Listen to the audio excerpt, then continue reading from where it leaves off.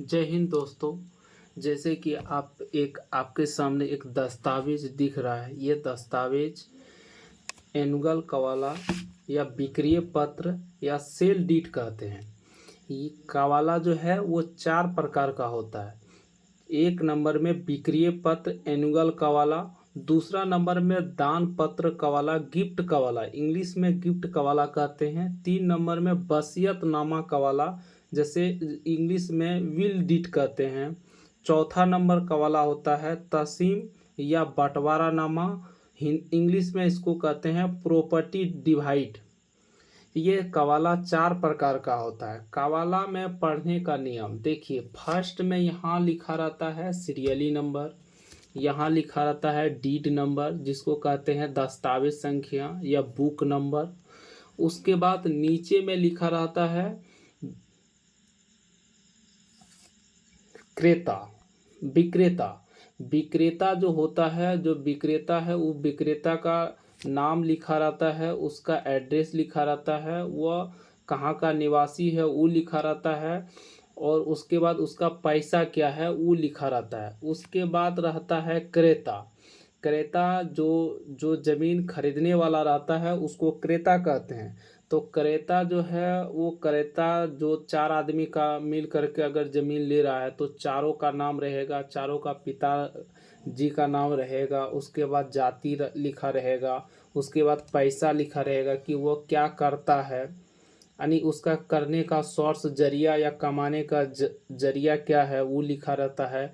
फिर साकिम, साकिम यानी निवासी, निवासी जो है वो कहाँ का निवासी है वो लिखा रहता है। फिर जिला, फिर पोस्ट ये लिखा रहता है। फिर लिखा रहता है कि आप कौन सा कवाला करने जा रहे हैं, यानी आप विक्रय पत्र करना चाह रहे हैं, दान पत्र करना चाह रहे हैं, वसीयतनामा करना चाह रहे हैं या बंटवारानामा करना चाह रहे हैं।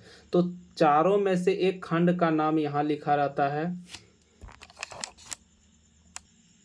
फिर नेक्स्ट पेज में आपको फिर इस तरह का दिखेगा। जैसे नेक्स्ट पेज खोलेंगे तो उसमें लिखा रहता है कि आप जो कवाला कर रहे हैं वो कितने रुपया में कर रहे हैं। तो अगर आप मान लेते हैं कि 10,000 में कवाला कर रहे हैं तो 10,000 रुपया का आधा और पूरा दोनों का मतलब लिखा रहेगा। उसके बाद लिखा रहता है संपत्ति विवरण। संपत्ति विवरण यानी आप जो चीज़ का आप रजिस्ट्री कर रहे हैं तो वो संपत्ति माना जाता है। जैसे किसी को दान कर दिए, मतलब रजिस्ट्री कर दिए, तो रजिस्ट्री जो होता है एक तरह से संपत्ति हो गया, जो जिसको दे रहे हैं, सौंप रहे हैं।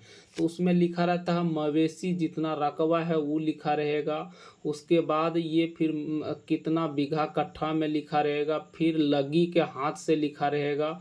फिर आपका शेष लगान यानी शेष लगान रसीद, रसीद को भी दर्शाया जाएगा, जो कि कल भविष्य में उसको मोटेशन कराना हो या जमाबंदी देखना हो तो इसमें कवाला में दर्शाया जाता है।